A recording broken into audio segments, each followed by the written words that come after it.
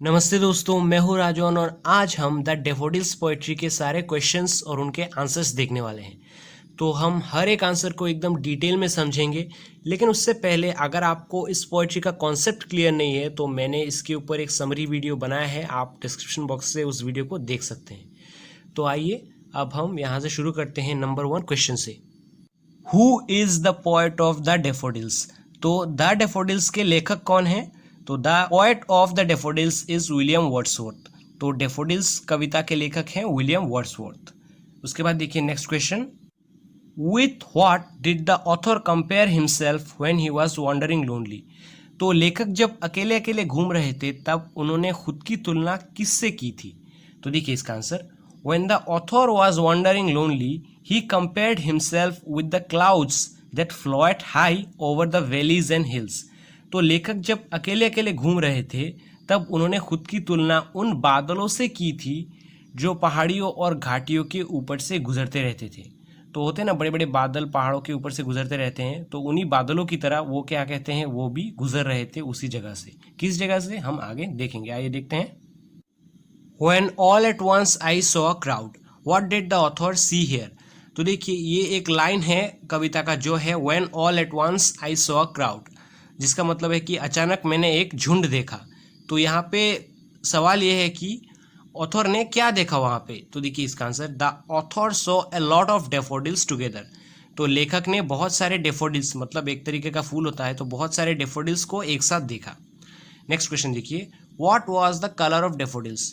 तो डेफोडिल्स जो है उसका कलर कौन सा था? तो आंसर देखिए। The daffodils colour was golden. तो सुनहरे रंग के डेफोडिल्स थे, सुनहरा था उनका रंग। Where are the daffodils located? तो जो डेफोडिल्स के फूल हैं वो कहाँ पे मौजूद हैं? आंसर देखिए। The daffodils are located beside a lake and beneath some trees. तो डेफोडिल्स के फूल जो हैं वो एक झील के पास और कुछ पेड़ों के नीचे मौजूद हैं। 6 नंबर क्वेश्चन देखिए। What were the daffodils doing? तो डेफोडिल्स के फूल जो है वो क्या कर रहे थे?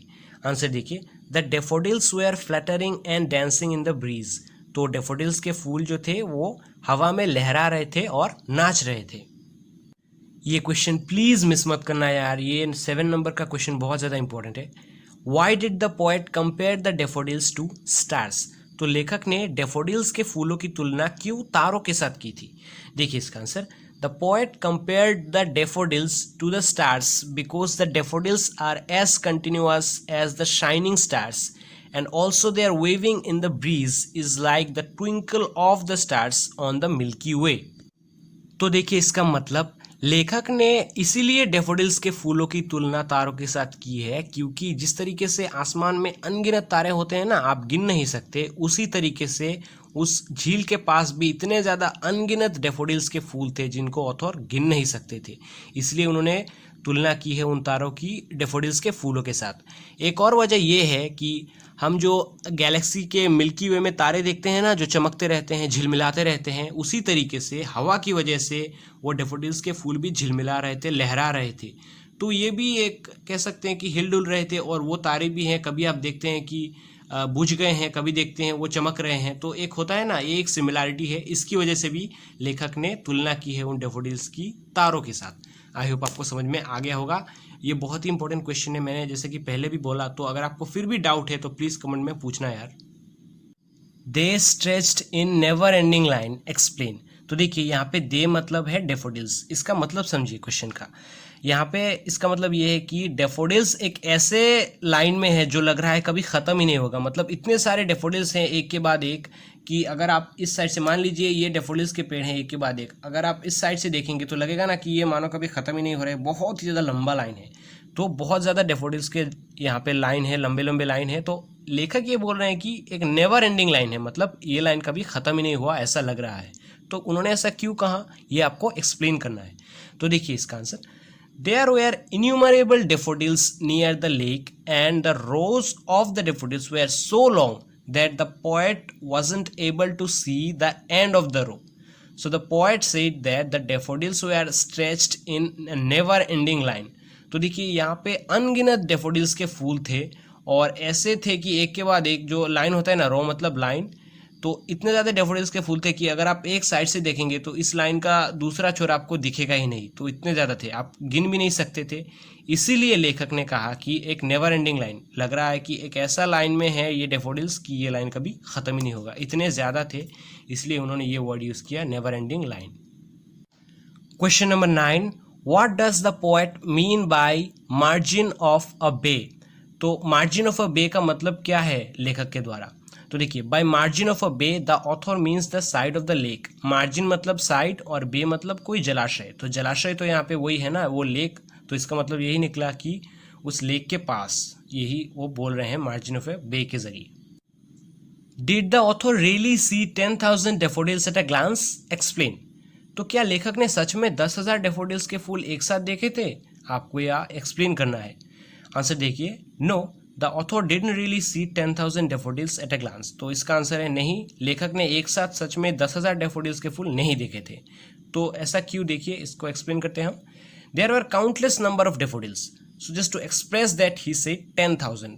तो वहाँ पे अनगिनत डेफोडिल्स थे, इतने ज़्यादा कि आप गिन नहीं सकते, इसीलिए उन्होंने सिर्फ ये दिखाने के लिए कि अनगिनत डेफोडिल्स थे, उन्होंने ये वर्ड यूज़ किया 10,000। Why did the poet compare the daffodils to the waves of the lake? तो लेखक ने डेफोडिल्स के फूलों की तुलना झील के लहरों से क्यों की? देखिए इसका answer, the poet found the waving of the daffodils extremely beautiful and eye catching, so he compared the daffodils to the wave of the lake in order to express that the fluttering and dancing of the daffodils are much more joyful and beautiful than the wave of the lake near them। इसका मतलब लेखक को daffodils के फूलों का लहराना बहुत ही ज़्यादा खूबसूरत लगा और उन्होंने इसीलिए डेफोडिल्स के फूलों के लहरों की तुलना उन झील के लहरों से की है, ताकि वो ये दिखा सके कि उन झील के लहरों से कई ज़्यादा खूबसूरत उन डेफोडिल्स के फूलों का लहराना है, और वो डेफोडिल्स के फूलों का जो लहराना है ना, वो उनको ज़्यादा खुशी देता है इन कंपेयर टू उस झील की लहरें। तो इन्हीं सब कारणों की वजह से उन्होंने डेफोडिल्स के फूलों की तुलना उन झील के लहरों से की है। Number 12, what do you understand by जोकंड company?